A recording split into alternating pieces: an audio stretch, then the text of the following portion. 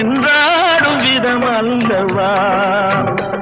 நீ வாழ்கின்ற நாடெல்லாம் திருநாளே என உனை கொண்ட மணவாளன் தினம் பாடு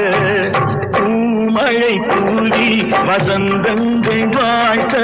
ஊர்வலம் நடக்கின்றது